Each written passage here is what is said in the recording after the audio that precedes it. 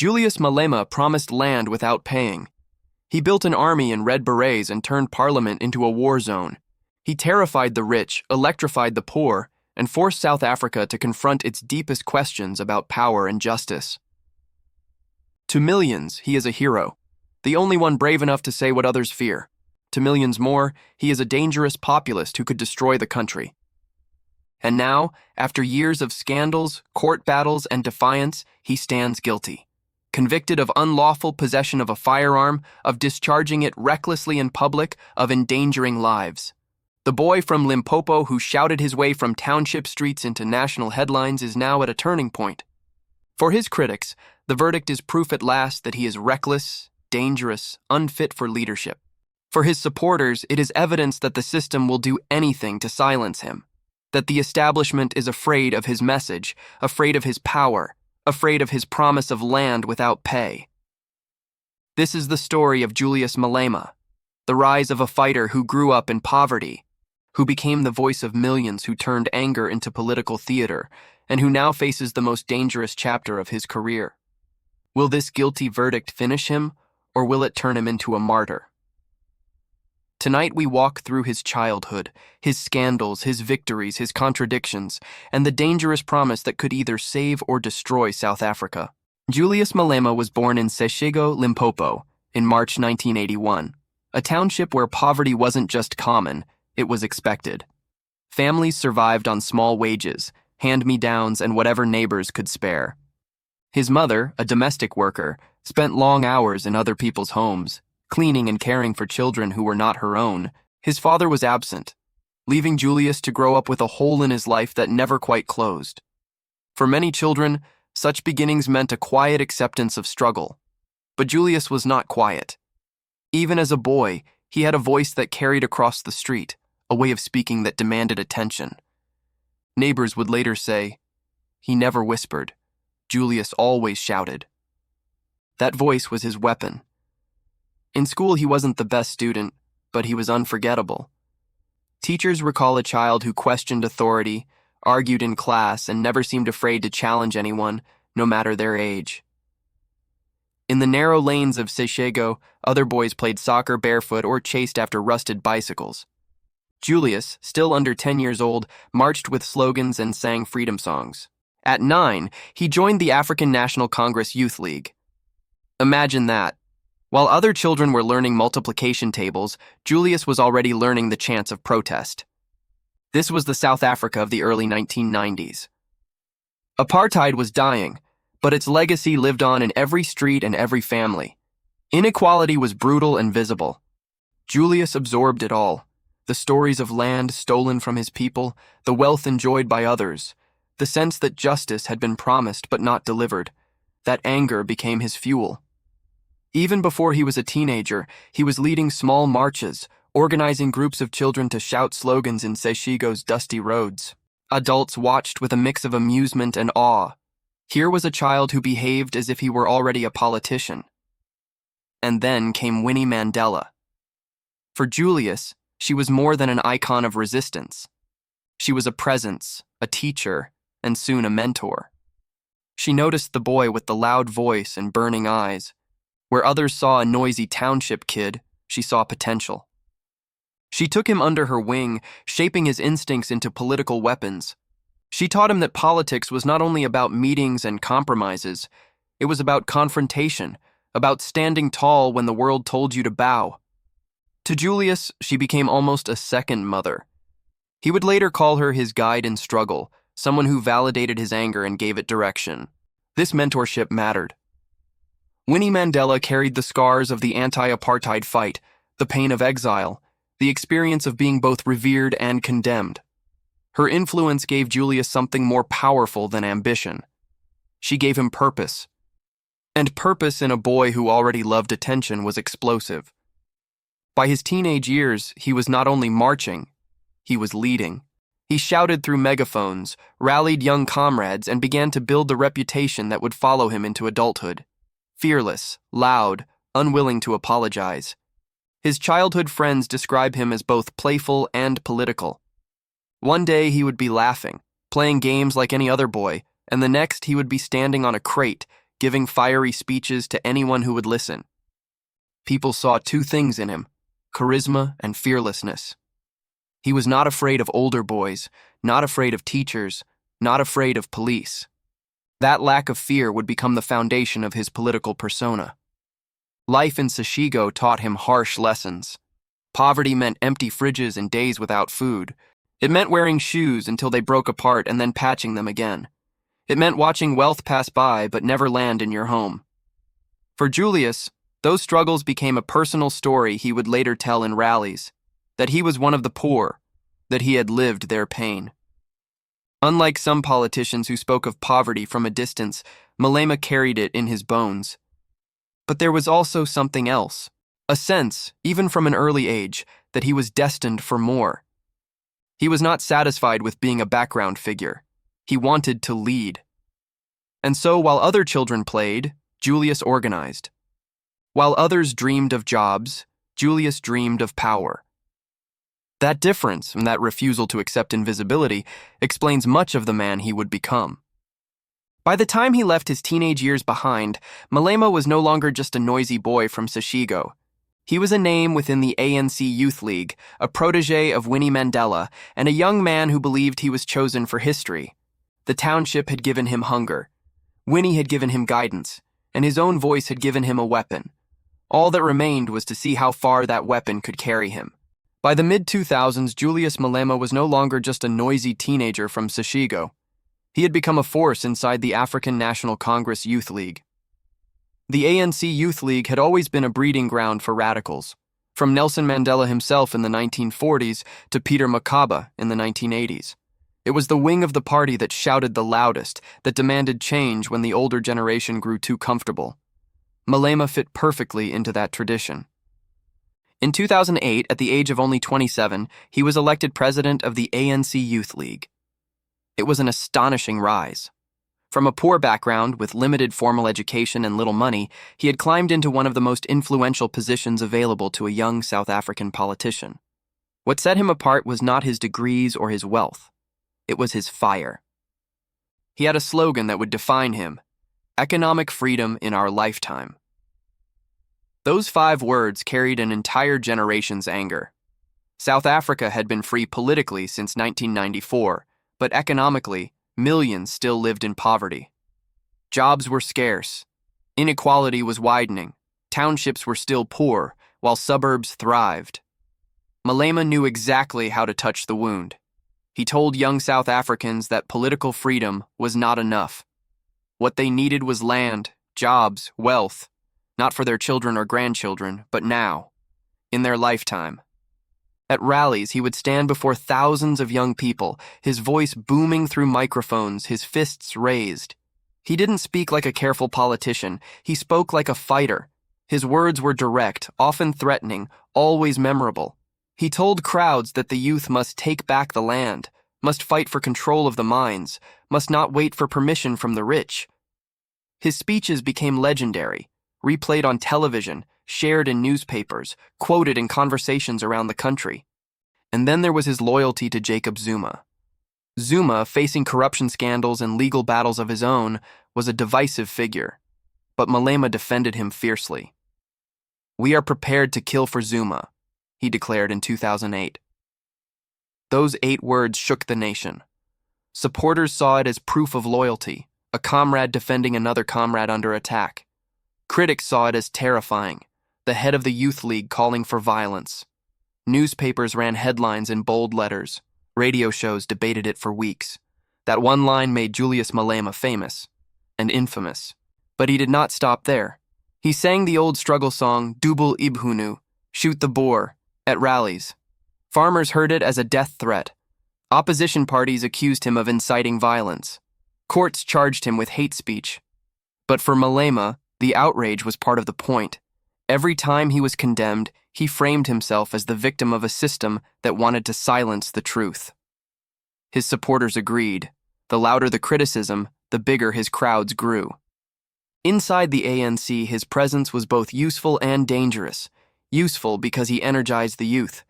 Dangerous because he was uncontrollable. He attacked opposition parties, mocked critics, and used language that embarrassed senior leaders. Yet, for a time, Zuma tolerated him. Malema was his bulldog, his loudest defender. Whenever Zuma faced attack, Malema could be counted on to shout louder than anyone else. The media began to call him Zuma's young lion. He roared on behalf of the president, and in return he was given space to dominate the political stage. But even then, Malema's ambitions were bigger than loyalty. He wanted power for himself. He was not content to simply serve as Zuma's bodyguard. The problem with young lions is that one day, they stop protecting the king and start challenging him. By 2010 and 2011, Malema's rhetoric became even sharper. He began to call for land seizures, for nationalization of mines, for wealth redistribution. Investors panicked. The rand weakened whenever he spoke about taking land without compensation. Business leaders warned of disaster. But Malema didn't care. The outrage kept his name in headlines. His influence kept growing. This was the turning point. Julius Malema, once Zuma's fiercest defender, began to show that he could just as easily turn his fire on his own party. He criticized Zuma's leadership openly. He mocked his decisions, questioned his authority, and pushed policies that the ANC leadership knew could collapse the economy. In 2011, he was charged with bringing the party into disrepute. By 2012, the ANC expelled him. It was a dramatic fall. From being Zuma's young lion, he was thrown out of the very party that had raised him. Most politicians never recover from expulsion. For the ANC, it was meant to silence him.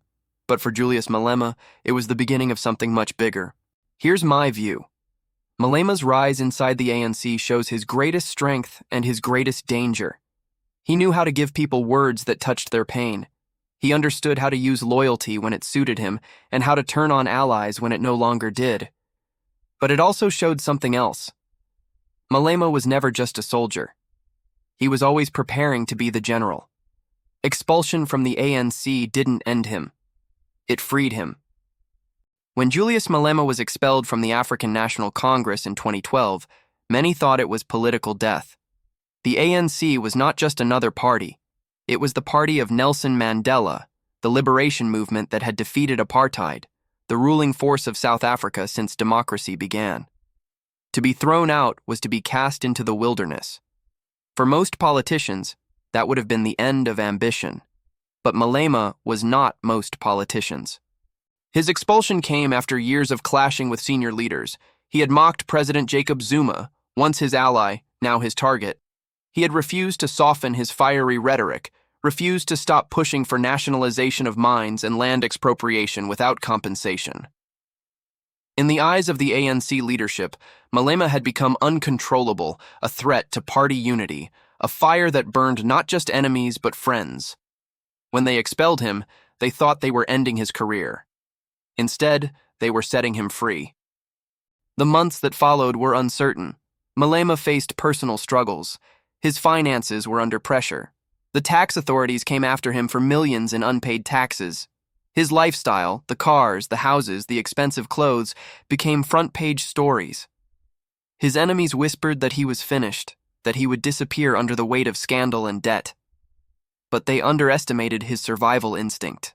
In 2013, Julius Malema launched a new movement, the Economic Freedom Fighters.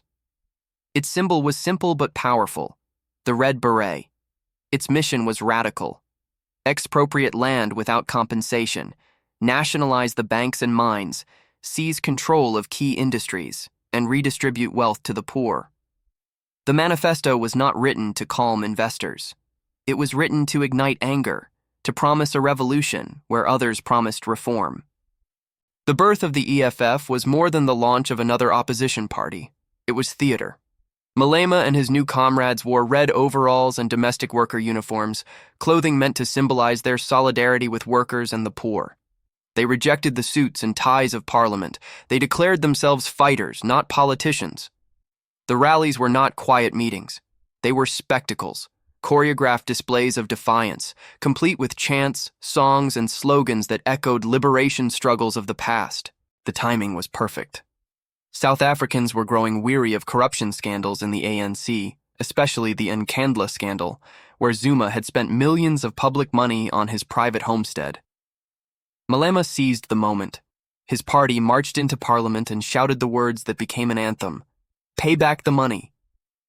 It was a line so simple that it could not be ignored, so powerful that it echoed far beyond parliament's walls. Television cameras captured it all. Millions watched in shock as parliament, once reserved for polite speeches, was turned into a battlefield. The EFF disrupted Zuma's speeches, challenged ministers, and forced the nation to witness a new kind of opposition. To some, it was chaos. To others, it was the only way to hold the powerful accountable. Within just 1 year, the EFF had become the third largest party in parliament. This was extraordinary. A party barely born, already competing with giants.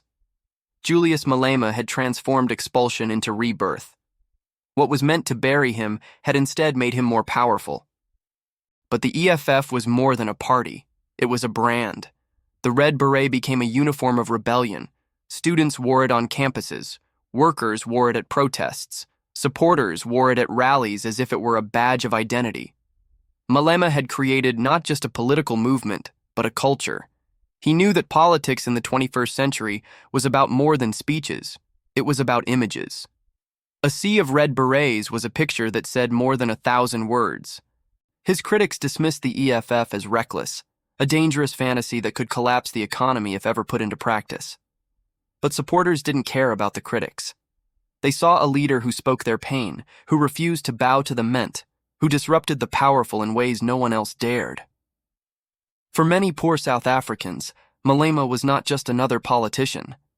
He was their voice, their anger, their hope. My view is this: the birth of the EFF showed Malema's true genius. He understood that being thrown out of the ANC was not a defeat, but an opportunity. He turned humiliation into strength, scandal into spectacle, and anger into votes. He created a party that was more than politics. It was theater, identity, rebellion. That is why he survived when others thought he was finished. That is why the red beret became one of the most powerful symbols in South African politics. When the economic freedom fighters entered parliament, they didn't just arrive as another opposition party. They arrived as a storm. South Africans were used to seeing men in suits and ties debating politely, speaking in calm tones, following the rules of decorum. The EFF tore that script to pieces. They walked in wearing red overalls, gumboots, and domestic worker uniforms. They carried themselves not as politicians, but as workers, as rebels, as fighters. It was an image that shocked the establishment and electrified their supporters. Julius Malema understood that politics was no longer just about laws and policies. It was about symbols, about theater, about images that would play on television and spread across social media. The red beret became more than a hat. It became a uniform of resistance. When a crowd of EFF supporters filled a stadium or marched through the streets, the sea of red was impossible to ignore. It sent a message: we are here, we are angry, and we are ready to fight. Inside Parliament, their style was equally dramatic. They refused to sit quietly while presidents gave speeches. They interrupted Zuma, chanting, "Pay back the money," over and over until the chamber descended into chaos. Security was called in. Fights broke out. Parliament, once a place of scripted politics, had turned into theater of confrontation. Cameras rolled, and Malema knew that every minute of disruption was worth hours of news coverage. It wasn't only Parliament. The EFF brought their theater to the streets. They staged marches that looked like military parades. They sang liberation songs, waved red flags, and shouted slogans that echoed the language of revolution. Malema himself played the role of commander. He stood on trucks with loudhailers, leading chants, his voice carrying across thousands of people. He spoke like a general addressing his troops, not like a politician reading a speech. Perhaps the most dramatic of these spectacles came in March 2023, when Malema called for a national shutdown. The goal: bring South Africa to a standstill. Roads were blocked, shops were forced to close, transport hubs were disrupted. For a day, parts of the country froze. To critics, it was sabotage, an attack on the economy at a time when businesses were already struggling. To supporters, it was proof that Malema had the power to mobilize, to show the establishment that the people could shut the country down if their voices were ignored. Hundreds were arrested. The government condemned it. But the spectacle made its point. Julius Malema was not just a politician. He was a protest commander who could call an army of the frustrated onto the streets with a single announcement. This style of politics was not accidental.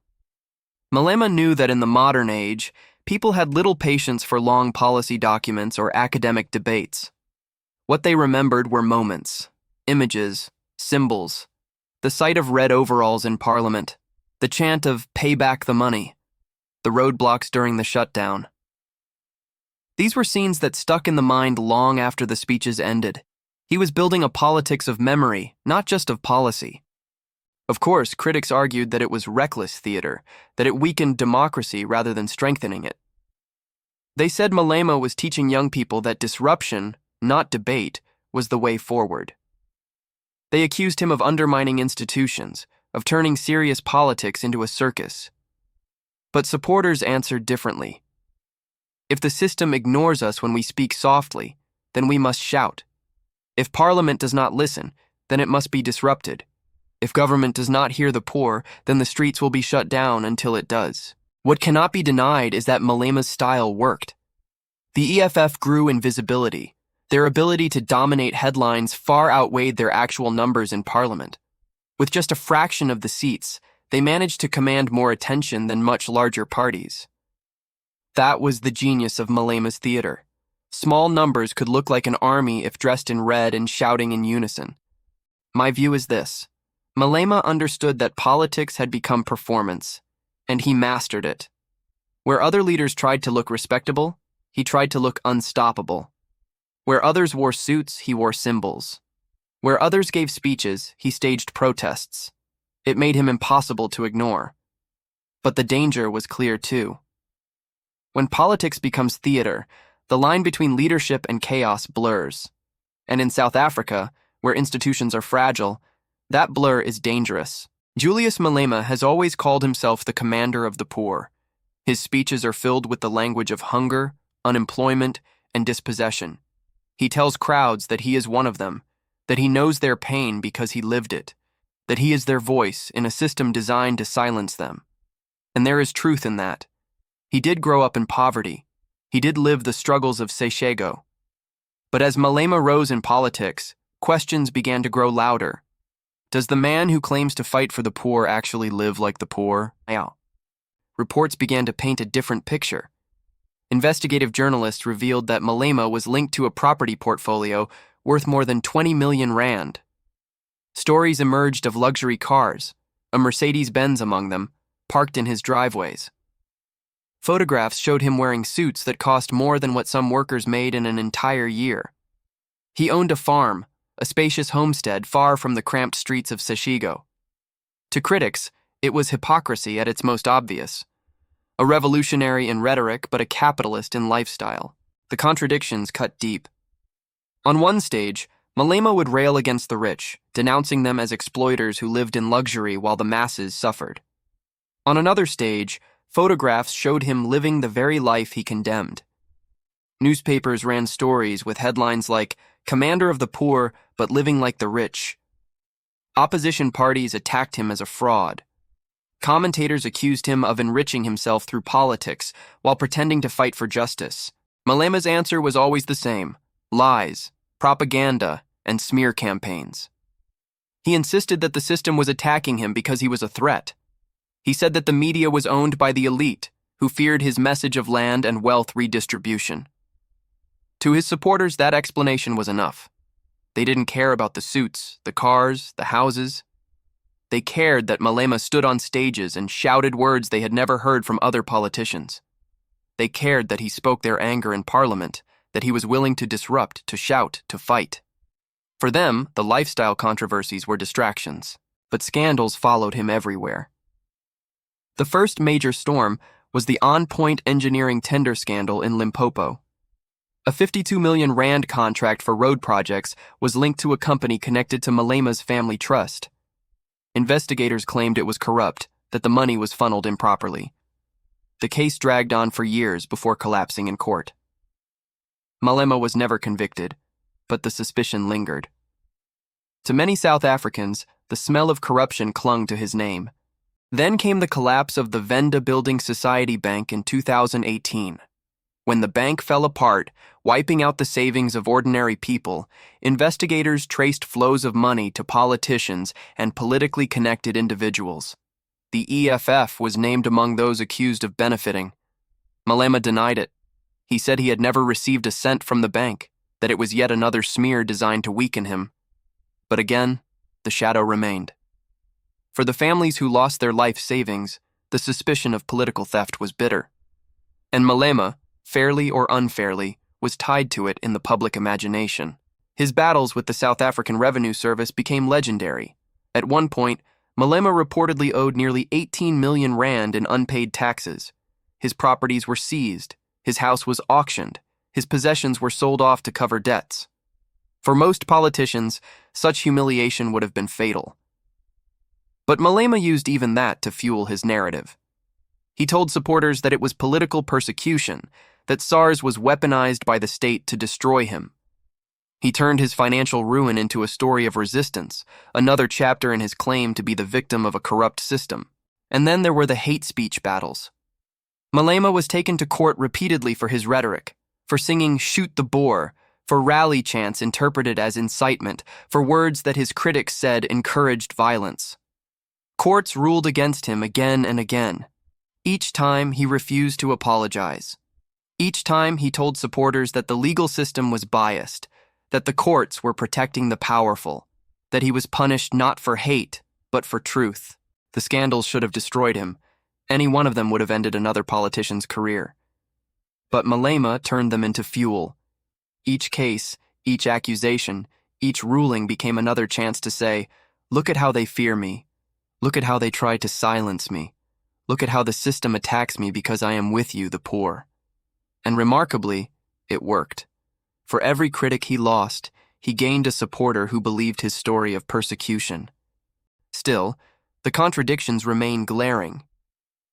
Here is a man who says he stands with workers, yet wears watches worth more than a worker's annual salary. A man who condemns corruption, yet is constantly shadowed by allegations of corruption. A man who preaches socialism, yet lives in wealth. His critics say the hypocrisy is proof that he is a fraud, a dangerous opportunist who has built a career out of exploiting anger. His supporters say the wealth is irrelevant, that what matters is his words, his fight, his defiance. And perhaps that is Malema's genius, and his danger. He has built a political identity that is almost immune to scandal. In another country, a 52 million rand tender scandal, a collapsed bank, an 18 million rand tax bill, and multiple hate speech convictions would have ended a career. In South Africa, for Julius Malema, they became part of his mythology. The leader under attack, the commander persecuted by the system, the victim who refuses to bow. My view is this. The contradictions in Malema's life tell us everything about his politics. They are not accidents. They are part of the performance. He embodies the anger of the poor while living the life of the rich. He plays the role of revolutionary while surviving like a businessman. He uses every scandal not as a weakness, but as a stage. That is why he survives. That is why he thrives. But it is also why he is dangerous. Because when politics becomes about performance rather than principle, when scandal becomes spectacle rather than shame, the line between truth and manipulation disappears. And in that blur, people can be led anywhere, even to ruin. By 2025, Julius Malema had become a permanent fixture of South African politics. Loved and hated in equal measure, always present in headlines, always a subject of debate. But then came the moment that shifted everything, the guilty verdict. In October 2025, after years of court battles and endless controversy, Julius Malema was found guilty of unlawful possession of a firearm, of discharging it recklessly in public, and of endangering lives. The case went back to 2018, when Malema, at a rally, pulled out a gun and fired shots into the air as part of a dramatic performance. For years, the case wound through the courts. For years, Malema insisted it was another political attack. But in 2025, the judgment landed. Guilty. For his critics, this was the final proof they had been waiting for.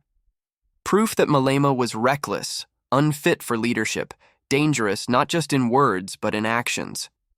They argued that a man who fires a gun into the air at a rally, who breaks the law in full public view, cannot be trusted with power. They said the guilty verdict stripped him of legitimacy, exposed him as a reckless opportunist who endangered lives for spectacle. But for his supporters, the verdict meant something very different. They saw it not as justice, but as persecution. To them, the timing was political. The system, they said, feared Malema's growing influence, feared his promise of land without pay, feared the power of the Red Berets. The conviction, in their eyes, was proof that he was a real threat to the establishment. They believed that if Malema was guilty, it was only of speaking too loudly, of daring to challenge those who wanted to keep the poor silent. This divide, critics shouting recklessness, supporters shouting martyrdom, captured the essence of Malema's entire career. Every scandal, every controversy, every courtroom battle deepened the split. The guilty verdict didn't end the argument. It intensified it. And at the center of this debate stands the issue that has defined him more than anything else: land expropriation without compensation. Land without pay. For Malema, this promise has always been the heart of his politics. He tells crowds that land is everything, that without land, there can be no true freedom. He argues that black South Africans were robbed of their land for centuries, that democracy without restitution is a hollow shell. His promise is simple and radical. The land must be taken back, without payment, without delay. For millions of poor South Africans, this is justice long overdue. They cheer when he speaks those words. They sing when he promises that land will be returned. For them, land without pay is more than a policy. It is hope. It is dignity. It is the unfinished business of history. But for farmers, for businesses, for investors, those same words sound like a death sentence. They see in them the shadow of Zimbabwe. They remember what happened when land was seized without compensation in that country: farms abandoned, food shortages, runaway inflation, an economy collapsing under the weight of its own radical promises. They warn that Malema's plan would destroy South Africa in the same way, turning it into another cautionary tale of revolution gone wrong. The fear is not abstract. Every time Malema speaks about taking land without pay, the currency trembles, investors hesitate, headlines scream warnings. He has managed to tie his political fate to the single most dangerous debate in South Africa: land. The guilty verdict of 2025 only added fire to this issue. To his critics, it showed that Malema was reckless enough to pursue policies that would wreck the nation, just as he was reckless enough to fire a gun in public. To his supporters, it proved that the system feared his land policy so much that it would criminalize him to keep him down. Either way, the promise of land without pay remained his most powerful weapon and his most dangerous liability. And here lies the heart of South Africa's dilemma. Can a nation built on centuries of land dispossession ever find justice without destruction? Can a leader who thrives on anger and spectacle ever deliver calm and stability?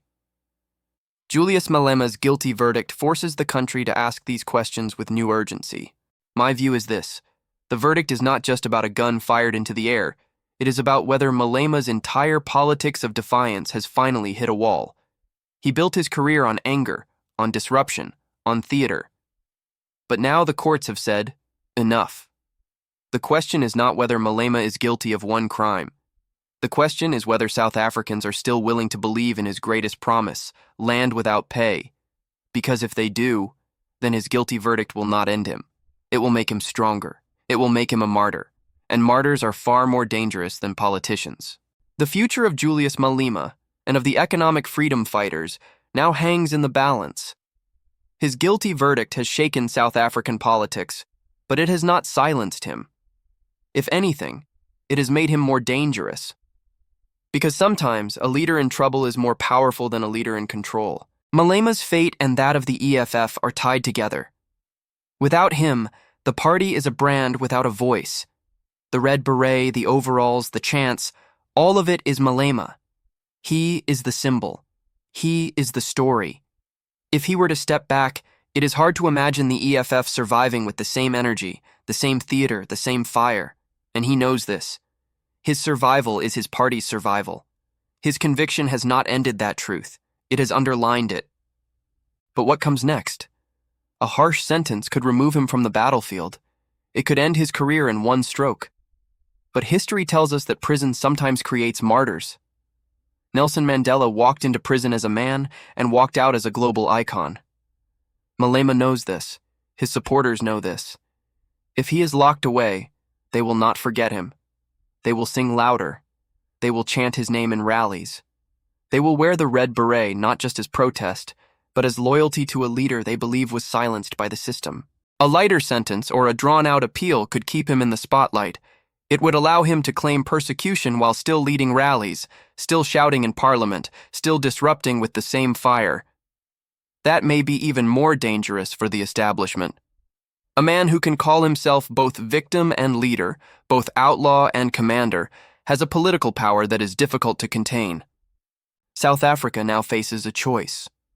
On one side, a man who offers the poor a promise of justice, land, wealth, dignity, but in a way that terrifies investors and risks collapse. On the other side, a political system that has often failed to deliver for the poor, leaving millions in unemployment, frustration, and despair. Malema thrives because the system has left a gap. He fills it with fire. He fills it with defiance. He fills it with promises that feel impossible, but sound irresistible. And here lies the paradox. Julius Malema is both a symptom and a cause. He is a symptom of a South Africa that has not healed, where poverty still shapes millions of lives, where inequality still runs deeper than reconciliation, where anger at land dispossession is still raw. But he is also a cause of division, a man who thrives on polarization, who benefits when conflict grows hotter. So where does this leave us? My view is clear. Julius Malema rose from poverty to power on the back of anger, ambition, and fearless words. He terrified the powerful, gave voice to the voiceless, and forced South Africa to confront issues many wanted to ignore. But promises built on fire rarely lead to calm. They burn bright, they burn hot, and eventually, they burn everything around them. The guilty verdict is not the end. It is the crack in the wall. Whether he becomes a martyr or a memory depends not only on the courts, but on the people. If South Africans still believe in his promise of land without pay, then no sentence, no judge, no conviction will silence him. If they lose faith in that promise, then Julius Malema will fade, not because he was defeated, but because his fire no longer found fuel. And so I leave you with this question. Do you think Julius Malema's guilty verdict will finish him, or will it turn him into a political martyr? Let me know in the comments. And don't forget to subscribe for more powerful deep dives right here on Global Edge with Martin.